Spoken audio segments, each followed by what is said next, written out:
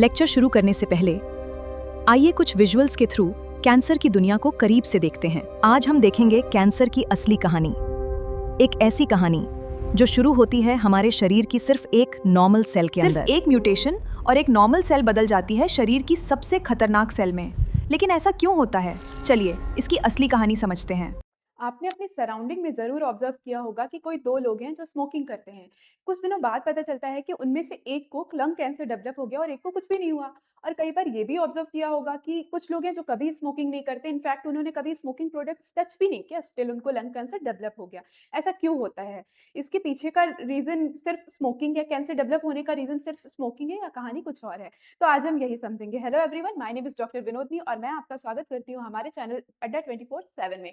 और आज हम कैंसर को इतना डीपली समझेंगे कि सारे मिथ्स और कंफ्यूजन क्लियर हो जाएंगे और साथ ही साथ आपको एनसीईआरटी का हर एक वर्ड, हर एक लाइन को, हर एक कॉन्सेप्ट को डिकोड करेंगे और नीट के हर एक क्वेश्चंस को आप सॉल्व कर पाएंगे इस लेक्चर को कंप्लीट करने के बाद। तो चलिए शुरू करें। तो चलिए सबसे पहले हम समझते हैं कि कैंसर होता क्या है। एनसीईआरटी में एक लाइन लिखी है कि cancer is one of the most dreaded disease in human being. ठीक है, मोस्ट ड्रेडेड डिजीज, ड्रेडेड मतलब होता है खूंखार डिजीज, सबसे डेंजरस डिजीज है, one of the most dangerous disease in human being and it is also one of the major cause of global death. जो globally सबसे ज्यादा डेथ होती है उसका रीजन भी कैंसर है। ठीक है, तो अब एक कैंसर की डेफिनेशन समझते हैं। कैंसर जो होता है वो अनकंट्रोल्ड सेल डिवीजन होता है। मतलब जो हमारी बॉडी में हमारी ग्रोथ के लिए सेल डिवीजन होता है या सेल ग्रोथ होती है, अगर वो अनकंट्रोल्ड वे में होने लगती है तो उसी को हम कहते हैं कैंसर, अनकंट्रोल्ड सेल डिवीजन। और you can also say that abnormal proliferation of cells, that is abnormal proliferation of cell। ठीक है, proliferation of cells। अब होता क्या है, यूजुअली नॉर्मली सेल्स क्या होती है, सेल डिवीजन करती हैं, ग्रोथ करती हैं। अगर सेल, क्यों जरूरी है सेल डिवीजन या फिर ग्रोथ? अगर सेल डिवीजन नहीं होगा हमारी बॉडी में, सेल ग्रोथ नहीं होगा तो एक बच्चा एडल्ट नहीं बन पाएगा। एक बेबी होता है और वो धीरे धीरे बढ़ता है, कैसे? उसकी बॉडी में सेल डिवीजन होता रहता है, सेल ग्रोथ करती रहती है। इसलिए हमारी बॉडी के लिए cell growth essential, cell division essential है। तो नॉर्मली नॉर्मल सेल्स में क्या होता है, नॉर्मल सेल्स में जो सेल डिवीजन होता है, सेल डिवीजन या फिर सेल ग्रोथ होती है, वो बहुत ही रेगुलेटेड और कंट्रोल्ड वे में होती है। सेल डिवीजन और cell growth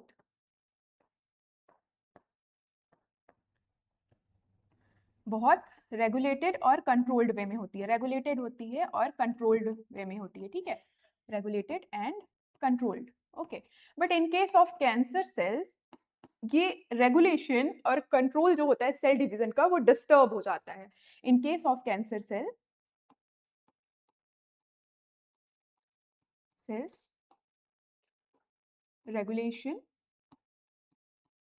and control is disturbed। okay, and control is disturbed। okay, जिसकी वजह से कैंसर सेल्स एबनॉर्मली प्रोलिफरेट करने लगती हैं। ठीक है, तो जब एबनॉर्मली प्रोलिफरेट करने लगी, सेल डिवीजन या फिर सेल ग्रोथ में कोई रेगुलेशन नहीं रह गया, कोई कंट्रोल नहीं रह गया बॉडी का, तो क्या हो गया, एक मास इकट्ठे हो गया, एक्यूमुलेट हो गया, मास ऑफ अनडिफरेंशिएटेड सेल। ठीक है, मास ऑफ अनडिफरेंशिएटेड सेल इकट्ठे हो गया, क्योंकि रेगुलेटेड नहीं है, बॉडी को पता ही नहीं है कि कब सेल डिवीजन को इनहिबिट करना है। अनकंट्रोलेबली ग्रोथ होता जा रहा है, सेल डिवीजन होता जा रहा है। ठीक है, तो ये जो mass of undifferentiated cell accumulate होता है उसी को हम कहते हैं ट्यूमर। ठीक है, और यही ट्यूमर बाद में कैंसरस हो जाता है। ठीक है, तो मास ऑफ सेल होता है, एक बॉल लाइक स्ट्रक्चर होता है, एक सेल्स का मास होता है, अनडिफरेंशिएटेड सेल का, जिनका कोई स्पेसिफिक फंक्शन नहीं पता है,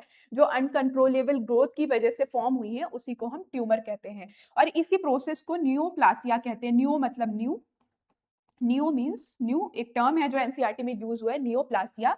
तो neo means new and plasia means की ग्रोथ। तो जो न्यू सेल्स की ग्रोथ होती है उसी प्रोसेस को नियोप्लासिया कहते हैं, और जो ट्यूमर होता है उसको नियोप्लास्ट भी कहते हैं। ठीक है, नियोप्लास्ट, और जो ये ट्यूमर फॉर्मेशन की या फिर न्यू ग्रोथ फॉर्मेशन की प्रोसेस होती है उसको नियोप्लासिया कहते हैं, ठीक है। तो हम समझ गए कैंसर होता क्या है, ठीक है। अनकंट्रोल्ड सेल डिवीजन और uncontrolled proliferation of cell. Normally cells में एक रेगुलेशन होता है सेल डिवीजन का, एक ग्रोथ होता है, सेल्स को पता होता है कब डिवाइड करना है, कब डिवाइड डिवीजन को इनहिबिट करना है, लेकिन कैंसरस सेल में ये कंट्रोल नहीं हो पाता। कैंसर सेल अपने हिसाब से जस्ट डिवाइड करती रहती है इनफाइनाइट टाइम तक डिवाइड करती रहती है, जिसकी वजह से एक मास एक्यूमुलेट हो जाता है जिसको हम ट्यूमर कहते हैं, ठीक है। चलिए नेक्स्ट मूव करते हैं। अब नॉर्मल सेल सबसे पहले समझते हैं, ठीक है। तो नॉर्मल सेल्स में क्या होता है, नॉर्मल सेल्स फॉर एग्जांपल एक ये सेल है, अब ये डिवाइड होती है तो 2 सेल बन जाती है, फिर ये डिवाइड होती है तो फिर 2-2 सेल्स बनाती रहती है, ठीक है। ऐसे ही सेल डिवीजन होता है ना, तो ये सेल डिवीजन होता जा रहा है। तो अब नॉर्मल सेल्स में होता क्या है कि एक पर्टिकुलर प्लेस में लेट्स से डिवीजन हो रहा है, ठीक है। डिवीजन हुआ, फर्दर डिवीजन कंटिन्यू हुआ, और एक टाइम आता है जब वहां पे जितनी भी सेल्स प्रेजेंट हैं वो सारा एरिया कवर कर लेती हैं और एक दूसरे के टच में सेल आने लगती हैं। तो जब एक दूसरे को सेल्स टच करने लगती हैं तो उनमें एक सिग्नल ट्रांसफर होता है, उनकी मेम्ब्रेन से एक मैसेज ट्रांसफर होता है कि अब हमारे पास स्पेस नहीं है, तो सेल डिवीजन को रोक दो, अब कोई सेल डिवीजन नहीं होगा, अब और सेल्स को हम अपने पास एकोमोडेट नहीं कर सकते हैं। ये देखिए आप यहाँ पे कि जब ये पर्टिकुलर प्लेस फुल हो गई, अब यहाँ पे सारी सेल्स एक दूसरे के कांटेक्ट में आ गई, टच में आ गई, तो सेल्स आपस में मैसेज कन्वे करती हैं कि अब हम और सेल्स एकोमोडेट नहीं कर सकते हैं, अब सेल डिवीजन को रोक दो यहीं पे। और इसी प्रोसेस को कहते हैं कॉन्टैक्ट इनहिबिशन। कॉन्टैक्ट मतलब जब टच में आती हैं तब वो सेल डिवीजन को इनहिबिट कर देती हैं। आप एक ऐसे इसको एग्जांपल से समझिए कि फॉर एग्जांपल एक बस है और वो बस जो है वो 50 सीटर है। अब उस 50 सीट्स को अगर पैसेंजर्स ऑक्यूपाई कर लिए तो अब कंडक्टर या फिर ड्राइवर या जो भी होगा वो बोलेगा कि अब और पैसेंजर्स हमें इस बस में नहीं लाना है क्योंकि सीट्स फुल हो गई हैं। और इसी प्रोसेस को कहते हैं कॉन्टैक्ट इनहिबिशन। जब सेल्स आपस में एक दूसरे से टच होने लगती हैं तो एक सिग्नल कन्वे करती है, एक मैसेज कन्वे करती है कि अब हमें ग्रोथ नहीं करना, अब हमें सेल डिवीजन नहीं करना, अब और सेल्स नहीं चाहिए हमें, ठीक है। तो इसी प्रोसेस को कहते हैं कॉन्टैक्ट इनहिबिशन, ठीक है। तो नॉर्मल सेल्स में क्या होता है, कॉन्टैक्ट इनहिबिशन होता है, इसीलिए सेल डिवाइड करना रुक जाती हैं। आप इसको ऐसे समझिए कि फॉर एग्जांपल अगर कॉन्टैक्ट इनहिबिशन ना एग्जिबिट करे कोई भी सेल तो हमारी बॉडी की में तो सेल डिवीजन होता ही रहेगा, तो हमारी हाइट या फिर ग्रोथ एक टाइम के बाद क्यों रुक जाती है, इसी कॉन्टैक्ट इनहिबिशन की वजह से रुक जाती है, क्योंकि हमारी बॉडी मैसेज देती है कि बस अब ग्रोथ हो चुकी है, अब और ग्रोथ नहीं करना है। अगर कॉन्टैक्ट इनहिबिशन नहीं एग्जिस्ट करेगा तो हम तो जाइंट साइज के हो जाएंगे, इनफाइनाइट टाइम तक हम ग्रो ही करते रहेंगे, है ना। तो ये एक एसेंशियल प्रोसेस है नॉर्मल सेल्स की। तो in case of cancer cell contact inhibition lost हो जाता है। कैंसर सेल में कॉन्टैक्ट इनहिबिशन एग्जिस्ट ही नहीं करता। कैंसर सेल जो होती हैं वो कॉन्टैक्ट इनहिबिशन को फॉलो ही नहीं करती हैं, उनको या तो सिग्नल मिलता ही नहीं है और मिलता भी है तो वो कहती हैं कि हम नहीं फॉलो करेंगे, हम तो सेल डिवीजन करते ही रहेंगे। तो सबसे बड़ा रीजन होता है अनकंट्रोलेबल सेल डिवीजन का कैंसरस सेल में, because they lost contact inhibition, ठीक है। कॉन्टैक्ट इनहिबिशन वो लॉस कर देते हैं, इसीलिए अनकंट्रोलेबली बिना किसी कंट्रोल के सेल्स जो है वो डिवाइड करती रहती हैं और एक क्लास में ट्यूमर फॉर्म होता है, ठीक है। तो ये हो गया आपका ट्यूमर, ठीक है। ये आप देख रहे हैं नॉर्मल सेल्स, आप स्लाइड में देखेंगे ये सेल डिवीजन हो रहा है, सेल डिवीजन हो रहा है, अभी भी हो रहा है, लेकिन अब सेल डिवीजन यहाँ पे स्टॉप हो गया। क्यों? क्योंकि सेल्स आपस में टच होने लगी, सेल की मेम्ब्रेन्स आपस में टच होने लगी और उन्होंने सिग्नल दिया एक दूसरे को, यहाँ पे सिग्नल दिया कि अब नहीं करना है सेल डिवीजन, ठीक है। तो यही होता है कॉन्टैक्ट इनहिबिशन। कैंसरस सेल में ये नहीं होता और सेल्स जो है वो पाइल अप हो जाती है और पाइल अप होके मास एक मास कलेक्ट होता है और इसी को बोलते हैं हम ट्यूमर, ठीक है। आप देख रहे हैं ये एक्यूमुलेशन ऑफ सेल्स है, अनडिफरेंशिएटेड सेल है, इसी को ट्यूमर बोलते हैं। और ये क्या है, ये आपकी नॉर्मल सेल्स हैं, ठीक है, नॉर्मल सेल्स हैं, ठीक है। तो हम समझ गए कैंसर सेल में और नॉर्मल सेल में क्या डिफरेंस होता है, ठीक है। अब ये जो ट्यूमर फॉर्म हुआ था due to uncontrolled cell division, ये दो टाइप का होता है, ठीक है। कौन कौन सा, एक वेनाइन ट्यूमर होता है और एक मैलिग्नेंट ट्यूमर होता है, ठीक है। वेनाइन ट्यूमर जो होता है वो एक पर्टिकुलर प्लेस पे लोकलाइज्ड होता है, मैलिग्नेंट ट्यूमर जो होता है वो स्प्रेड होता है पूरी बॉडी में। तो चलिए डिटेल में समझते हैं। सबसे पहले हम समझेंगे वेनाइन ट्यूमर। तो वेनाइन ट्यूमर क्या होता है, लोकलाइज्ड होता है, एक पर्टिकुलर प्लेस पे लोकलाइज हो जाता है, वो इधर उधर मूव नहीं करता है। क्यों? क्योंकि उनमें होती है, वेनाइन ट्यूमर में एक कैप्सूल प्रेजेंट होती है, उसकी जो सराउंडिंग में उसको सराउंड करके रखती है, जिससे कि सेल उस पर्टिकुलर प्लेस से बाहर नहीं जा पाती हैं, कैंसरस सेल बाहर उस कैप्सूल से नहीं जा पाती हैं। तो उसकी वजह से वो अपनी सराउंडिंग सेल्स को भी हार्म नहीं करता है। जो सराउंडिंग में नॉर्मल सेल्स हैं वो सेफ रहती है, उनको हार्म नहीं करता, क्योंकि उसमें ये देखिए, ये दिख रही है आपको, ये एक कैप्सूल प्रेजेंट है, इस ट्यूमर के सराउंडिंग में एक कैप्सूल प्रेजेंट है जिससे बाहर नहीं जा पाती हैं कैंसरस सेल, ठीक है। तो इसकी वजह से सेल जो है वो एक पर्टिकुलर प्लेस पे लोकलाइज्ड, अब इधर से नहीं जाएगा, ये नॉर्मल सेल्स है, इनको अफेक्ट नहीं करेगा, ठीक है। तो ये हो गया बेनाइन ट्यूमर। प्रॉपर्टीज देख लेते हैं। Mass of proliferating cells that remains confined to its original location, जहां पे ये फॉर्म होता है वो वहीं पे रह जाता है, वहां से कहीं मूव नहीं करता है, ठीक है। Does not spread to other parts of the body, वहीं पे कन्फाइंड रहता है, कहीं और मूव नहीं करता है, ठीक है। स्ट्रक्चर कैसा होता है? Enclosed in a distinct capsule, एक कैप्सूल में इनक्लोज्ड होता है जिससे कि कैंसरस सेल बाहर ना जा पाए, ठीक है। Cause little tissue damage compare to malignant tumour, ठीक है, टिश्यू को डैमेज नहीं करता, हार्म नहीं करता, क्योंकि कैप्सुलेशन प्रेजेंट होता है। इन कंट्रास्ट अगर हम मैलिग्नेंट ट्यूमर देखते हैं तो मैलिग्नेंट ट्यूमर क्या होता है? M for malignant and M for moving, ये मूव करता है, ठीक है। बी फॉर वेनाइन एंड बी फॉर बाउंड, वो एक प्लेस पे बाउंड रहता है। M for malignant and M for moving, ये मूव करता है, एक प्लेस से दूसरे प्लेस पे मूव करता है। आप इस डायग्राम से देखिए, ये ट्यूमर फॉर्म हुआ था आपका अनकंट्रोल्ड सेल डिवीजन से, तो इसको हम बोलेंगे प्राइमरी ट्यूमर, क्योंकि सबसे पहले ये यहीं पे फॉर्म हुआ, ठीक है। तो प्राइमरी ट्यूमर। अब ये क्या करता है, जो ट्यूमर फॉर्म होता है वो वाया ब्लड और लिम्फ, ब्लड और लिम्फ क्या है? हमारी बॉडी के ट्रांसपोर्टिंग मीडियम है, तो ब्लड और लिम्फ के थ्रू दूसरे टिश्यूज में मूव कर जाता है। ये यहाँ पे लेट से दिस टिश्यू, ये टिश्यू 1 है आपका, यहाँ पे ये ट्यूमर फॉर्म हुआ, ये ट्यूमर आपका फॉर्म हुआ।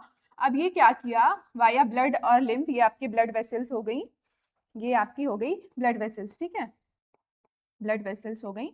अब ये उस टिश्यू से, उससे, उस ट्यूमर से कुछ सेल्स जो हैं वो निकलती हैं, ब्लड में आती हैं और ब्लड से मूव कर जाती हैं दूसरे टिश्यू में, ठीक है। ये आपका टिश्यू 2 हो गया, ठीक है।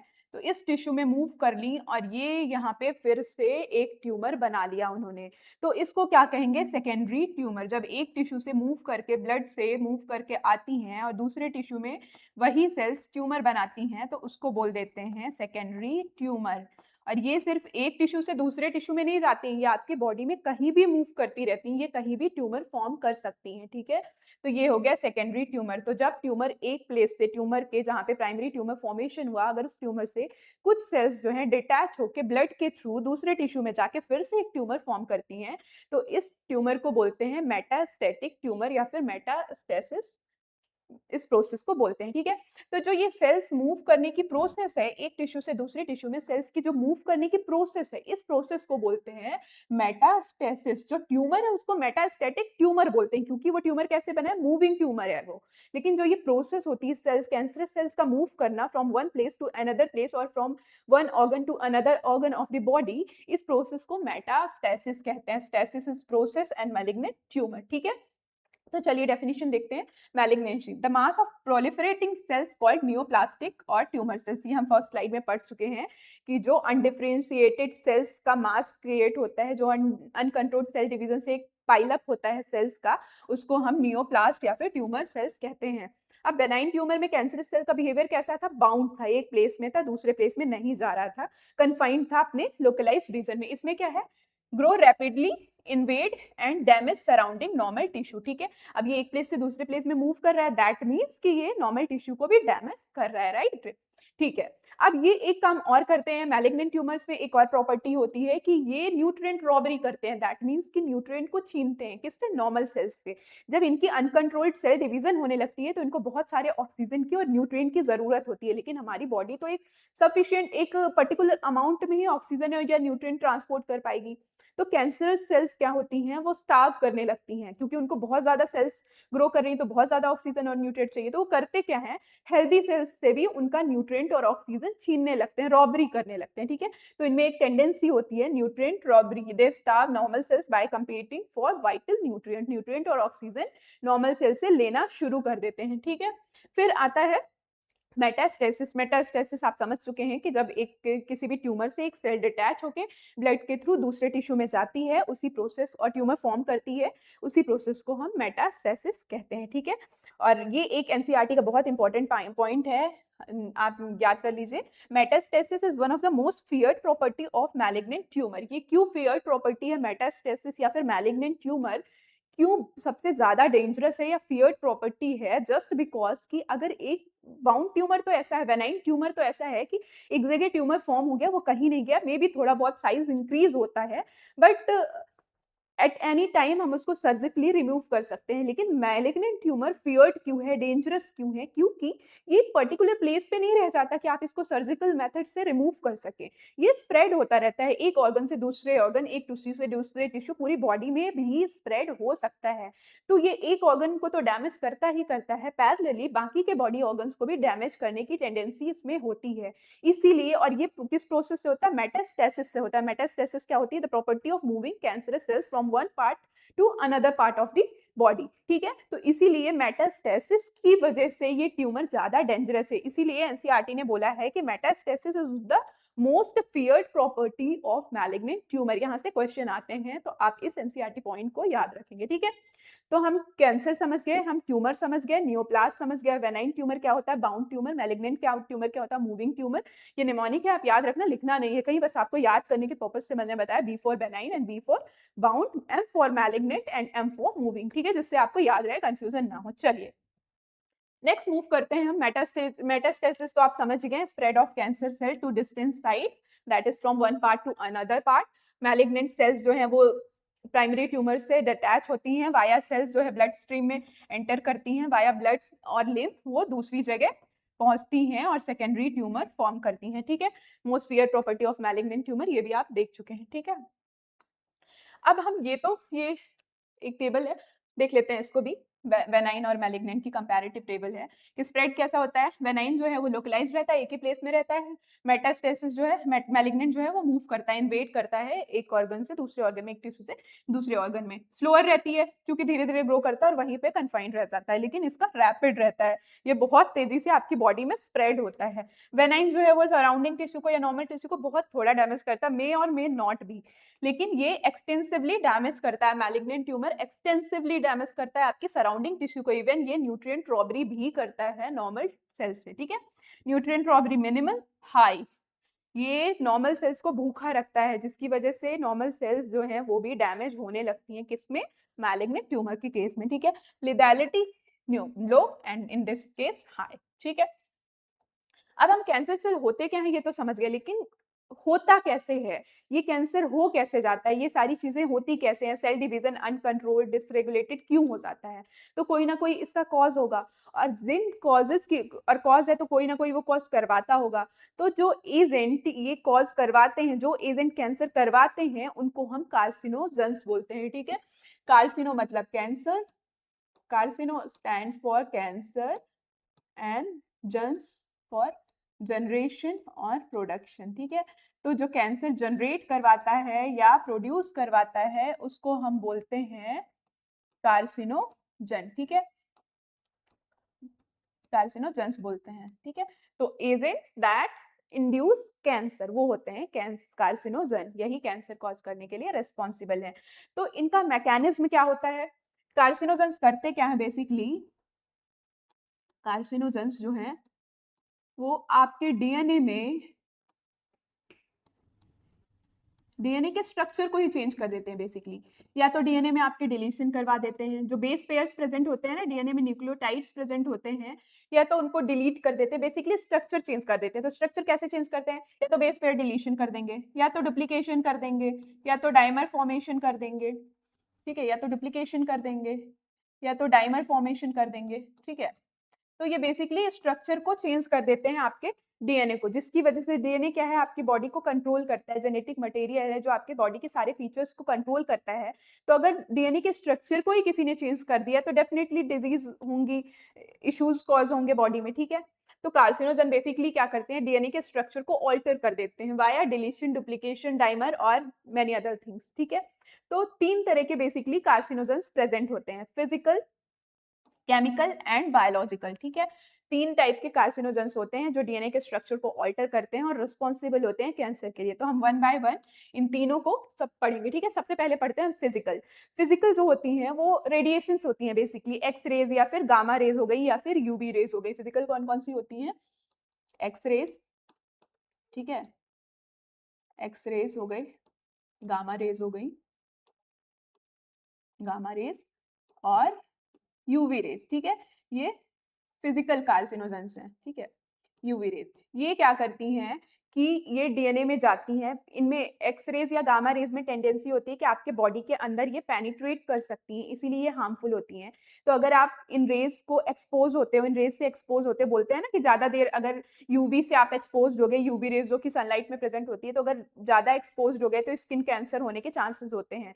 तो कैसे यूवी रेज़ से स्किन कैंसर हो जाता है? वो ऐसे ही होता है कि यूवी रेज़ जो है आपकी बॉ या फिर कोई भी रेज़ जो है, रेडिएशंस जो हैं, वो आपकी बॉडी को पेनिट्रेट कर जाती हैं, आपकी बॉडी के टिश्यूज़ को पेनिट्रेट कर जाती हैं और अंदर सेल्स के अंदर जो न्यूक्लियस में डीएनए प्रेज़ेंट होता है, उसके स्ट्रक्चर को ऑल्टर कर देती हैं और जिसकी वजह से अगर कभी ऐसे जीन को ऑल्टर कर दिया उन्होंने, डीएनए के ऐसे पार्ट को ऑल्टर कर दिया, जो रिस्पॉन्सिबल है सेल डिवीज़न के लिए, सेल ग्रोथ के लिए या ट्यूमर सप्रेसिंग के लिए, तो डेफिनिटली अनकंट्रोल्ड सेल डिवीज़न होने लगेगा, राइट?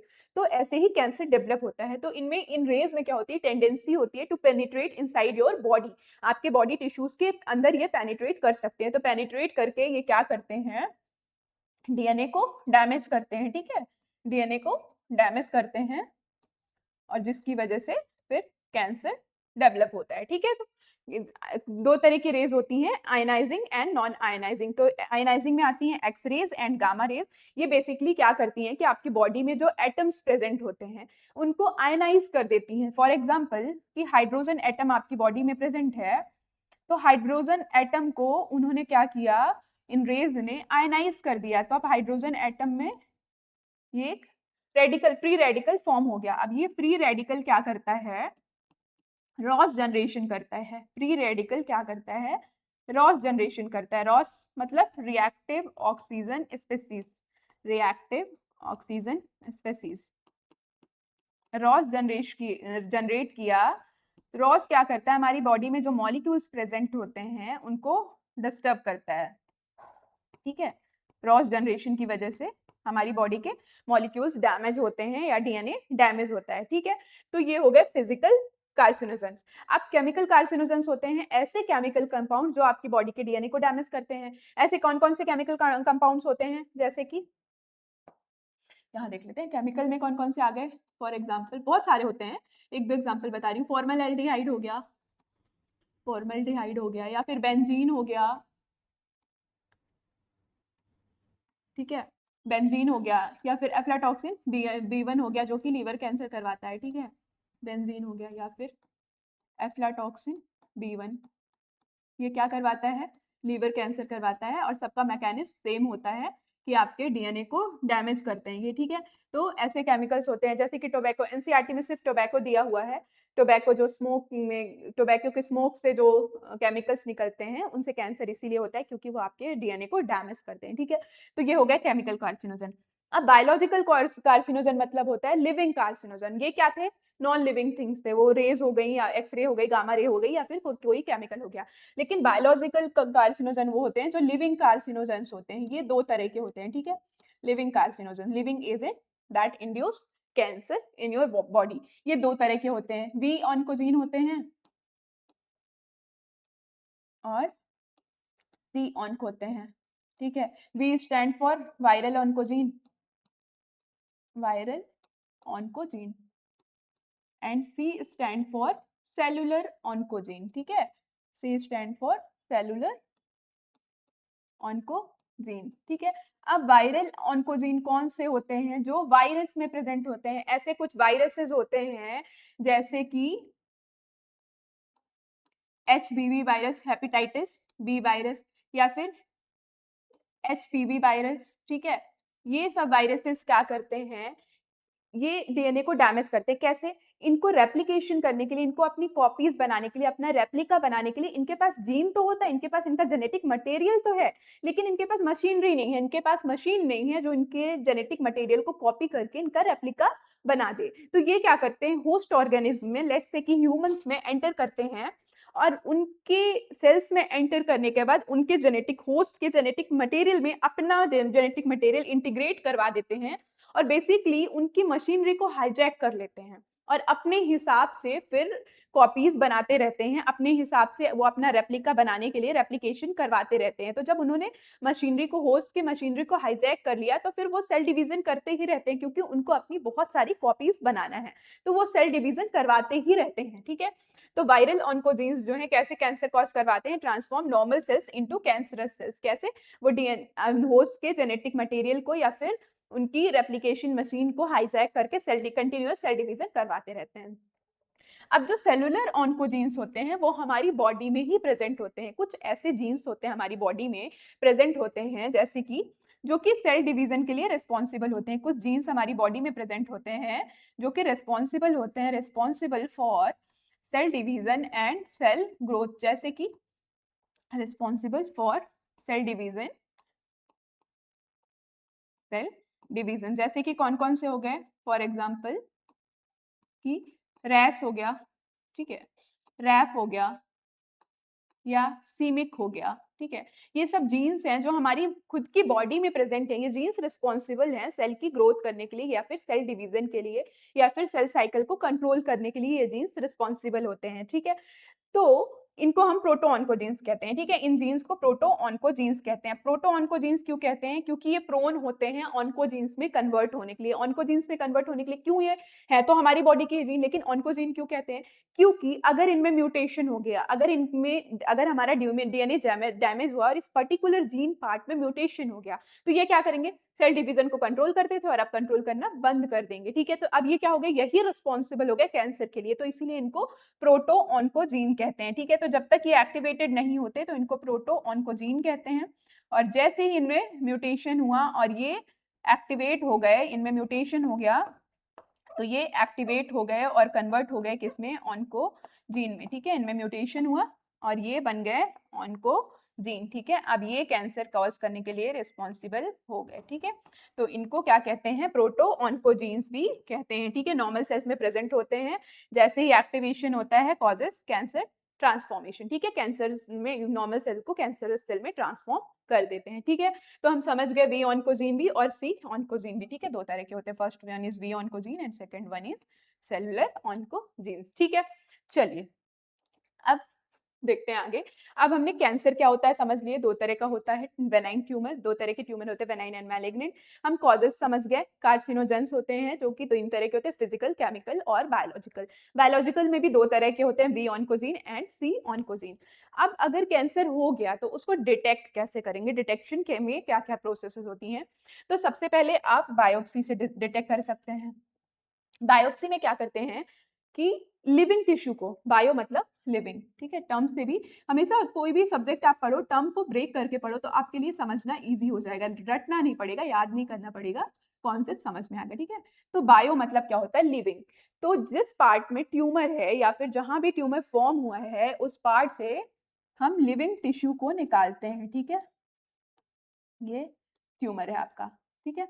अब यहाँ से हमने ये ट्यूमर के कुछ सेल्स को रिमूव कर लिया, निकाल लिया, ठीक है। Removal of suspected tissue sample, कुछ सेल्स को निकाल लिया। अब इन सेल्स को निकाल के हमने इनकी स्लाइसिंग की, हिस्टोलॉजी की। कैसे की? देखते हैं नेक्स्ट स्लाइड में, ठीक है। आपने ये टिश्यू रिमूव किया, लेट्स से कि यहाँ पे ट्यूमर फॉर्म था, आपने यहाँ से टिश्यू रिमूव किया, उसके बाद हिस्टोलॉजिकल प्रोसेस, हिस्टोलॉजी की। हिस्टोलॉजी मतलब कि टिश्यू की स्टडी करना, ठीक है। हिस्टोलॉजी का मतलब होता है, यहाँ मैं लिख देती हूँ, हिस्टोलॉजी का मतलब होता है स्टडी ऑफ टिश्यू, ठीक है। हिस्टो मतलब स्टडी ऑफ टिश्यूज, ठीक है। तो कैसे करते हैं? उसमें बहुत सारे प्रोसेस होते हैं, स्टेप बाय स्टेप प्रोसेसेस होते हैं, उससे हिस्टो मतलब होता है टिश्यू, ठीक है। टिश्यू। तो हमने सेल को, ट्यूमर से एक लिविंग सेल को रिमूव किया, उसके बाद ये हिस्टोलॉजिकल प्रोसेस के स्लाइसिंग की बेसिकली टिश्यू को, उसके बाद कोटिंग की, उसके बाद स्टेनिंग की। स्टेनिंग करने के बाद माइक्रोस्कोप से हमने विजुअलाइज किया। तो जब विजुअलाइज किया तो यहाँ पे दिख रहा है, ठीक है, ये है आपकी, ये नॉर्मल सेल्स हैं क्योंकि नॉर्मल न्यूक्लियस दिख रहा है इसमें, ठीक है, नॉर्मल सेल्स हैं। और ये आपकी एबनॉर्मल सेल्स हैं, दिख रहा है, एबनॉर्मल सेल्स हैं, ठीक है।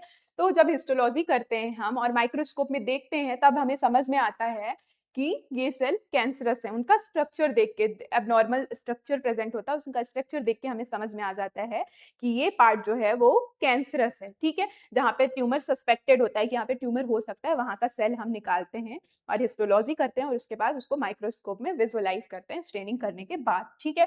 तो ये हो गया आपका बायोप्सी। फिर उसके बाद आता है सेकेंड कैंसर डिटेक्शन प्रोसेसेस होती हैं, दो तरह की, या तो आप इमेजिंग टेक्निक से कर सकते हैं जो कि इंटरनल ऑर्गन्स के लिए होती है इमेजिंग, या फिर सेकंड कर सकते हैं आप bone marrow detection, bone marrow को डिटेक्ट कर सकते हैं। उसमें क्या करते हैं, जो फ्लूइड्स, अगर फ्लूइड रिलेटेड कैंसर्स होते हैं, ब्लड कैंसर होता है, तो उसमें क्या करते हैं, बोन मैरो टेस्ट करते हैं, ठीक है। तो जो इमेजिंग टेक्निक्स होती हैं वो किसके लिए होती हैं, इंटरनल ऑर्गन्स के लिए होती हैं, ठीक है। अब उसमें 3 तरह की होती हैं, ठीक है।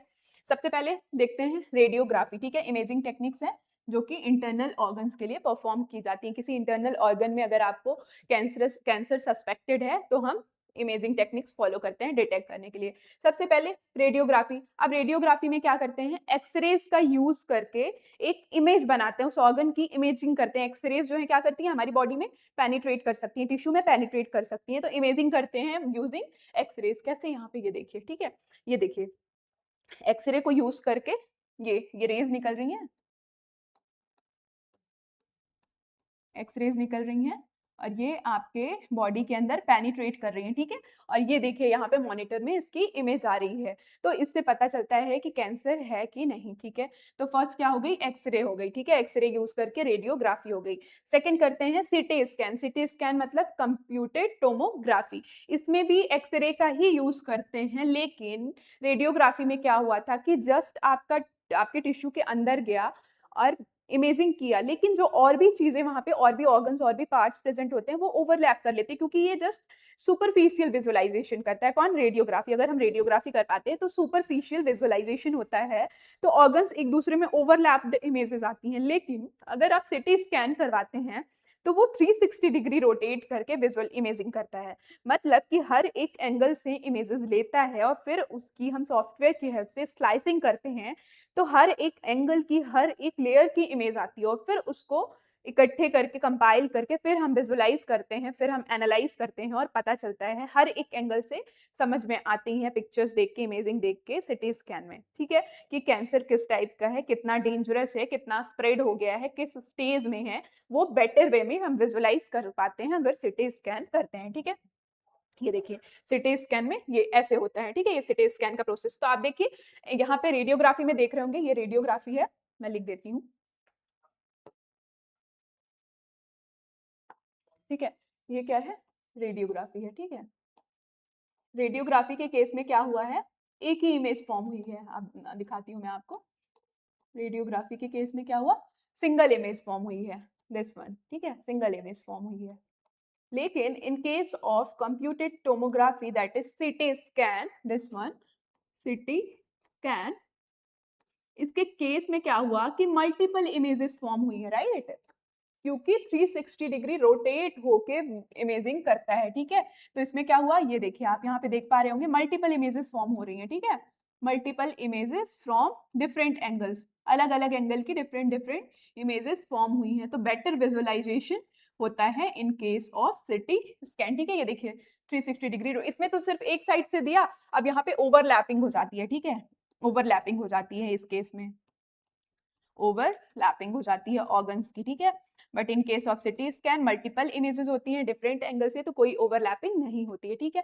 फिर थर्ड होता है MRI, ठीक है, मैग्नेटिक रेजोनेंस इमेजिंग। अब इसमें क्या करते हैं, हम नॉन आयोनाइजिंग रेडिएशंस का यूज करते हैं, रेडियो वेव्स का यूज करते हैं और फिर इमेजिंग करते हैं, इसमें मैग्नेटिक फील्ड्स का यूज करके इमेजिंग करते हैं, ठीक है, मैग्नेटिक फील्ड और रेडियो वेव्स का, ठीक है, MRI, इसमें magnetic field,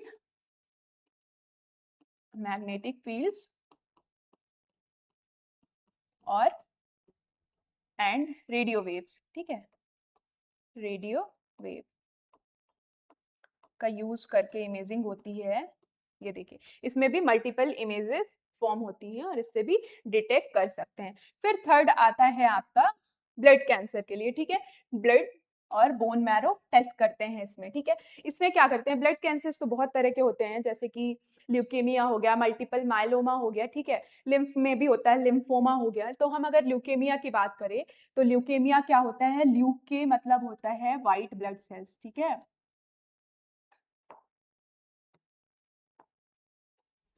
white blood cell, leukocytes को क्या बोलते हैं, व्हाइट ब्लड सेल्स, ठीक है, ब्लड सेल्स।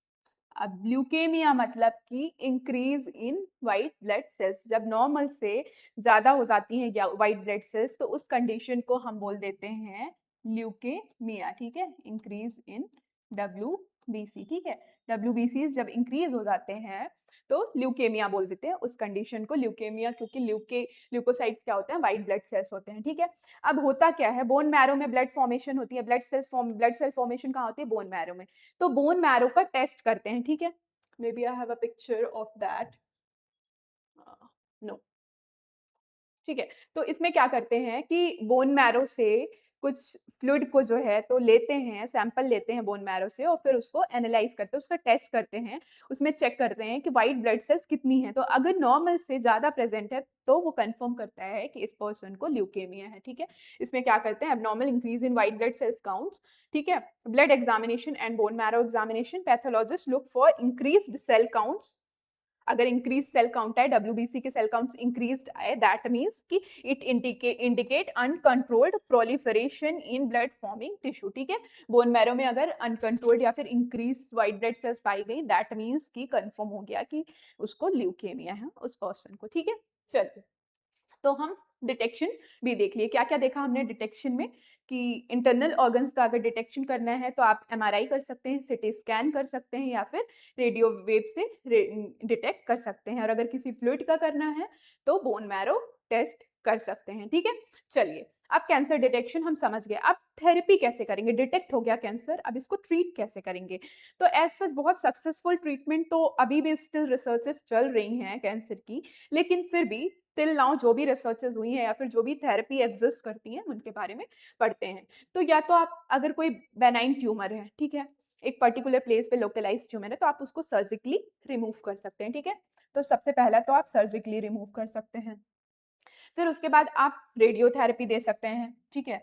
रेडियोथेरेपी में क्या होता है, वही सेम कॉन्सेप्ट होगा कि जो रेज होती हैं, एक्स रेज, गामा रेज हो गई, ये टिश्यू को पेनिट्रेट कर जाती हैं, तो एक हाई इंटेंसिटी में बॉडी के अंदर एंटर करवाया जाता है एक्स रेज को, सो दैट कि वो कैंसरस सेल के DNA को डैमेज कर दें, और फिर उसके बाद जो है तो DNA डैमेज हो गया कैंसर सेल के, तो सेल डिवीजन रुक जाएगा और कैंसरस सेल धीरे-धीरे श्रिंक हो जाएंगे, ठीक है। इस इमेज से हम देख सकते हैं, ये देखिए, ठीक है। एक हाई इंटेंसिटी ऑफ एक्स-रे और गामा रे दिया गया यहाँ पे, हाई इंटेंसिटी की हाई इंटेंसिटी की एक्स-रे या फिर गामा रेज को, एक्स रेज या फिर गामा रेज को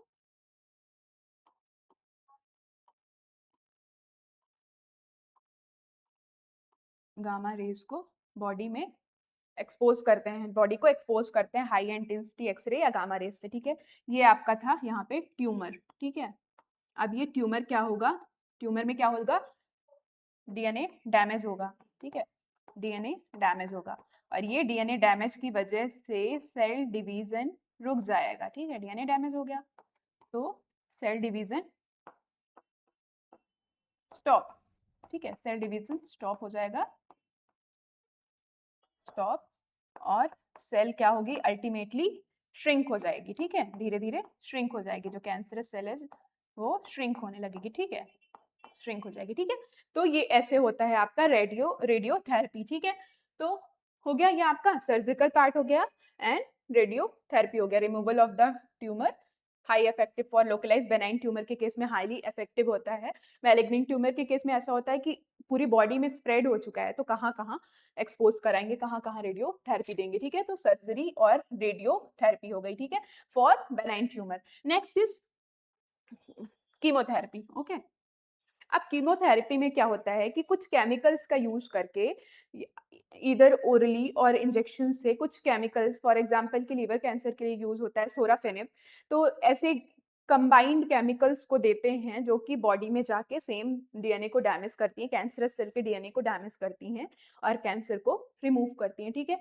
तो कुछ केमोथेरेपी में केमिकल ड्रग्स भी यूज किए जाते हैं, एंटी कैंसर ड्रग बोलते हैं जिनको, जो कैंसर को ट्रीट करते हैं, इसलिए एंटी कैंसर ड्रग को बोलते हैं टू किल कैंसरस सेल्स, ठीक है। वो क्या करती हैं, ब्लड स्ट्रीम के थ्रू ट्रेवल करती हैं हमारी बॉडी में के उस पार्ट्स में जहाँ जहाँ कैंसर है या फिर ट्यूमर है, और वहाँ पे रिसेप्टर से बाइंड करके उन ट्यूमर को किल करती हैं, ठीक है, सेल्स को through the entire body to catch metastasized cells को, ठीक है। तो रैपिडली डिवाइडिंग सेल्स को किल करती हैं ये, ठीक है। सर्जरी और जो रेडियोथेरेपी थी वो मोस्टली बेनाइन ट्यूमर के लिए थी, कीमोथेरेपी जो है वो मैलिग्नेंट ट्यूमर के लिए ज़्यादा इफेक्टिव है। और कई बार क्या होता है कि इन तीनों का कॉम्बिनेशन भी दिया जाता है, रेडियोथेरेपी, सर्जरी प्लस कीमोथेरेपी का कॉम्बिनेशन भी दिया जाता है फॉर बेटर रिस्पॉन्स, ठीक है। तो केमिकल्स के थ्रू ट्रीट करते हैं और इसके केस में कुछ साइड इफेक्ट्स भी होते हैं कि हमारे नॉर्मल सेल्स भी डैमेज होने लगते हैं, तो हेयर लॉस होने लगता है या फिर एनीमिक कंडीशन हो जाती है, ठीक है। तो ये हो गया आपका कीमोथेरेपी। अब लास्ट में आता है इम्यूनोथेरेपी, ठीक है। इम्यूनो मतलब कि जिसमें एंटीजन और एंटीबॉडीज रिस्पॉन्सिबल हैं या फिर इम्यून सिस्टम रिस्पॉन्सिबल है।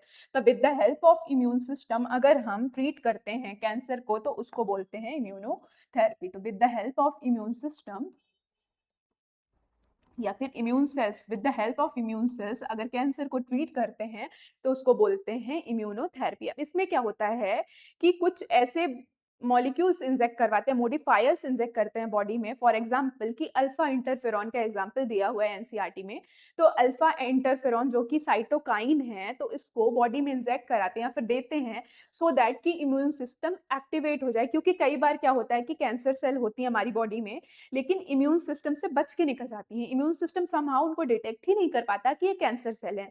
तो क्या होता है कि फिर आर्टिफिशियली इंजेक्ट करते हैं साइटोकाइन्स को जिससे कि वो इम्यून सिस्टम को एक्टिवेट कर दे और जो इम्यून सेल्स हैं वो एक्टिवेट होकर अल्टीमेटली कैंसरस सेल को किल करें।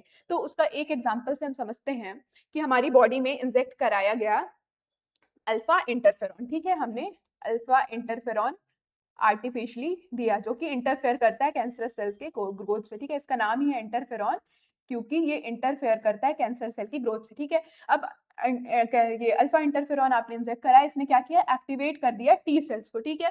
टी सेल्स को, नेचुरल किलर टी सेल्स को, ठीक है।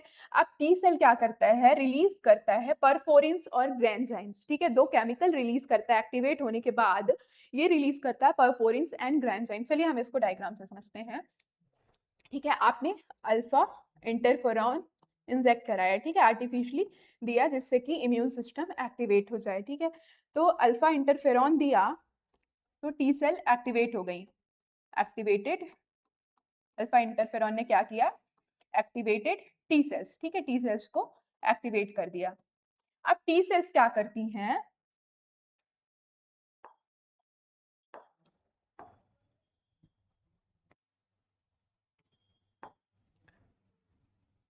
अब टी सेल्स क्या करती हैं, एक तो परफोरिन रिलीज करती हैं और दूसरा ग्रैंजाइम्स रिलीज करती हैं। तो फर्स्ट क्या, सबसे पहले क्या रिलीज करती हैं, परफोरिन, दो केमिकल्स रिलीज करती हैं। सबसे पहले परफोरिन रिलीज करती हैं, ठीक है। अल्फा इंटरफेरॉन दिया, इम्यून सिस्टम एक्टिवेट हुआ, टी सेल्स एक्टिवेट हुई, टी सेल्स ने दो एंजाइम, दो केमिकल सिक्रीट किया, one is perforin and second is granzyme. Perforin करके क्या करता है, नाम से ही पता चल रहा है, पोर्स क्रिएट कर देता है, ठीक है, पोर्स क्रिएट, ठीक है, create pores in cancer cell, create pores in cancerous cell, ठीक है, इन कैंसरस सेल्स, ठीक है। अब जब पोर्स क्रिएट हो गए कैंसरस सेल में तो रिलीज होता है ग्रैंजाइम, ठीक है, ग्रैंजाइम। अब ग्रैंजाइम क्या करता है, उन कैंसरस सेल्स के अंदर एंटर करता है, ग्रैंजाइम जो है वो कैंसरस सेल के अंदर एंटर करता है और उनमें एपोप्टोसिस करवा देता है, ठीक है। ऐसे सिग्नल्स देता है जिससे कि कैंसरस सेल्स खुद से ही सुसाइड कर लेती हैं। एपोप्टोसिस मतलब होता है सुसाइड, ठीक है, खुद ही मरने का डिसीजन ले लेती हैं, तो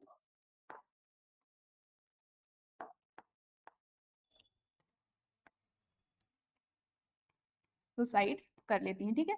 तो कैंसरस सेल में एपोप्टोसिस करवा देता है, एपोप्टोसिस इन कैंसर सेल्स, ठीक है, कैंसर सेल्स, ठीक है। इस डायग्राम से आपको और अच्छे समझ में आ रहा होगा, ठीक है। ये इंटरफेरॉन दिया, ये नॉर्मल टी सेल्स है जो कि एक्टिवेट हो गई, एक्टिवेट होके इन्होंने सिक्रीट किया ये परफोरेंस, परफोरेंस एंड ग्रैंजाइम, ठीक है, ग्रैंजाइम, ग्रैंजाइम, ये दो चीजें सिक्रीट हुई, ठीक है, और इसमें एपोप्टोसिस करवा दिया, ठीक है। तो कैंसर सेल क्या हो गई, डिस्ट्रॉय हो गई, उन्होंने सेल्फ सुसाइड कर लिया, ठीक है, डिस्ट्रॉय हो गई, ओके। अब यहाँ पे तो आई होप आपको समझ में आ गया होगा, ठीक है। एक बार हम रिवाइज कर लेते हैं जो जो हमने पढ़ा कि फॉर एग्जांपल कैंसर सेल है, ठीक है, नॉर्मल सेल है, नॉर्मल सेल में क्या हुआ, म्यूटेशन हुआ, ठीक है। तो वो किस में कन्वर्ट हो गई, म्यूटेशन कैसे हुआ, कार्सिनोजन से। कार्सिनोजन कौन कौन से होते हैं, फिजिकल, बायोलॉजिकल और केमिकल, ठीक है? तो नॉर्मल सेल में अगर म्यूटेशन हो गया, उसका डीएनए डैमेज हो गया समहाउ किसी भी कार्सिनोजन से, तो उसमें म्यूटेशन हो गया और वो कन्वर्ट हो गई कैंसरस सेल में, ठीक है? वो कैंसर सेल में कन्वर्ट हो गई और ट्यूमर फॉर्म हो गया, ठीक है? नॉर्मल सेल जब कॉन्टैक्ट कॉन्टैक्ट इन्हिबिशन लॉस कर देती हैं, कॉन्टैक्ट इन्हिबिशन प्रॉपर्टी जब लॉस्ट हो जाती है, तो वो कैंसरस सेल में कन्वर्ट हो जाती है, ठीक है? तो हमने पढ़ा कि अगर नॉर्मल सेल में कॉन्टैक्ट इन्हिबिशन लॉस्ट हो जाए, प्रॉपर्टी लॉस हो जाए, तो कैंसरस सेल में कन्वर्ट हो जाती हैं।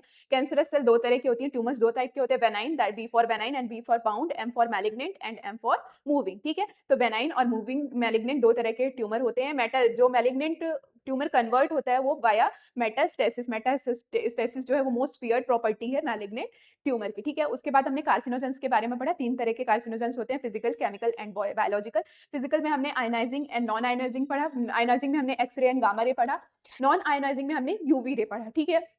फिर उसके बाद हमने केमिकल्स में पढ़ा, फिर उसके बाद हमने बायोलॉजिकल पढ़ा, बायोलॉजिकल में 2 तरह के पढ़े हमने, V oncogene and cellular oncogene. फिर उसके बाद डिटेक्शन में पढ़ा, सबसे पहले बायोप्सी से डिटेक्शन किया, फिर इंटरनल ऑर्गन्स के डिटेक्शन करने के लिए हमने सीटी स्कैन पढ़ा, हमने एमआरआई पढ़ा, उसके बाद हमने अगर फ्लूइड का डिटेक्शन करना है तो हमने बोन मैरो टेस्ट पढ़ा, फिर उसके बाद ट्रीटमेंट में आ गए तो सर्जिकल सर्जिकल रिमूवल से सर्जरी कर सकते हैं, या फिर इम्यूनोथेरेपी से ट्रीटमेंट कर सकते हैं, या फिर रेडियोथेरेपी दे सकते हैं, या फिर कीमोथेरेपी दे सकते हैं, ठीक है?